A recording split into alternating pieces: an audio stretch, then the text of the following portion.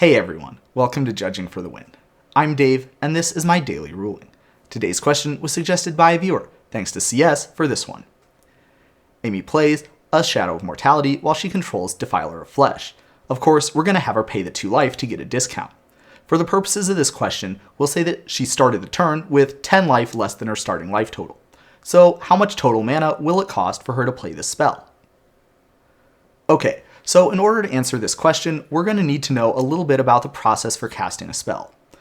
If you've been watching for a while, you probably already know that anytime you play a spell in a game of Magic, you follow a specific series of steps in a specific order. So I'm going to go through that series of steps, highlighting the important ones, and talk a little bit about how that interacts with this specific situation.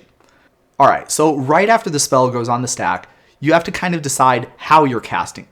So this is the point in the process where you would have to say, for example, whether you were going to use an alternate casting cost to cast the spell. And it's also when you have to say that you're using any additional costs that might be optional to use, such as, for example, the one on the Defiler cycle. Alright, so after that, then comes the step where you have to decide how much the cost to cast the spell actually is.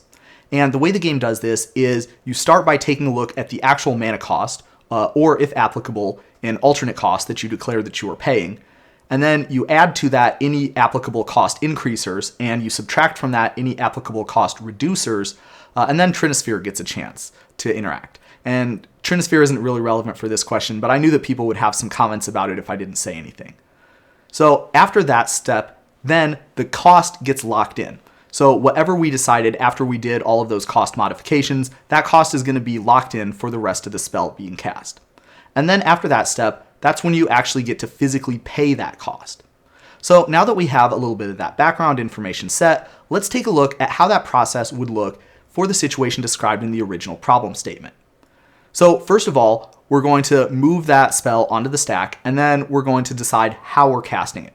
And so this is where we would have to say that we're paying 2 life as an optional additional cost that the Defiler of Flesh gives us the opportunity to do.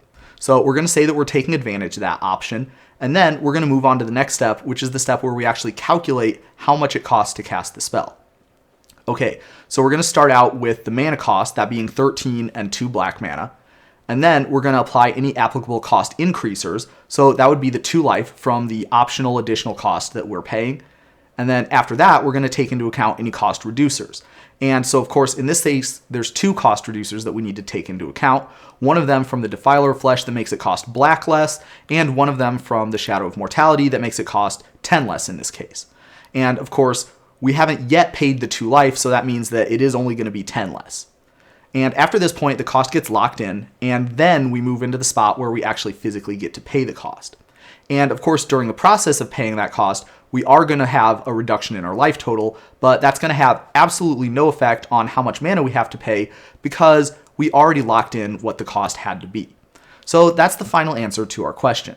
The cost is going to be 3 generic mana and 1 black mana and 2 life. Okay, so now that we've got that sorted out, I wanted to take a little bit of extra time to talk about one other kind of interesting situation that I imagine a lot of people are really interested in. I think that when people saw these cards, the Defilers, there was probably a lot of people who were wondering how it might interact with some of the more, well, exotic mana symbols that we have out here. So if you were going to have this sort of situation come up in a game, then the important thing to know would be that first step in the process that I talked about, the one where you say how you're casting the spell, in addition to saying whether you're using any alternate costs or saying whether you want to use an optional additional cost, another thing that you have to declare during that part of the process would be the non-hybrid, non-Phyrexian equivalents of any mana symbols of those kind in the original cost that you would be paying. So, for example, let's say that we were going to cast this Vault Scourge. And so we're going to start out by declaring the non-Phyrexian equivalent of the mana symbol in its cost. So if we were to say that we wanted to pay it as a black mana, then everything else about the process for casting the spell would work exactly the same as if you were just casting a normal spell that cost 1 and a black with a Defiler of Flesh out.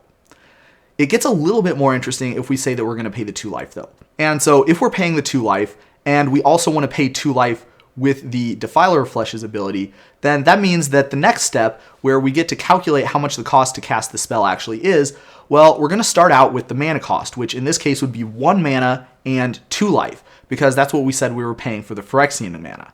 And then we're going to go to the cost increasers, where that cost becomes 1 mana and then 4 life, because we're paying an additional 2 life to cast this spell.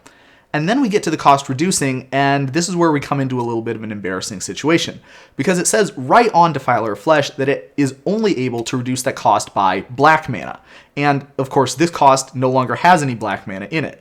And so what that means is that when this cost tries to get reduced by a black mana, it's not able to do that. So basically, we just paid an extra 2 life for absolutely no reason. This is definitely a ruling that you're going to want to be aware of if you're playing Phyrexian mana cards or hybrid mana cards with these Defilers. You definitely don't want to get into one of these weird situations where you paid 2 life for essentially no reason. Of course, this is a totally legal play, and it certainly is in the spirit of Phyrexia, but, it's also important to think about yourself sometimes too. By the way, this is exactly how the Phyrexian hybrid combination mana symbols would work. You have to declare which of the colors, or 2 life, that you're paying for that mana during the same spot in the process. So it works the exact same way if you were going to pay with one of these cards. I think the reason that they made these Defiler cards work this way is to kind of mimic the original functionality of Phyrexian mana. Of course, with the original Phyrexian mana, you could pay for colored mana symbols, but you would not be able to pay for colorless mana symbols. And this sort of situation definitely does have the possibility to come up, especially if you get into a board state where you have multiple Defilers and you have more Defilers in play than you have colored mana symbols in the spell that you're trying to cast. But that's all I have for you today. How did you do? Join me again next time for another daily ruling. But until then, I hope you have a great day.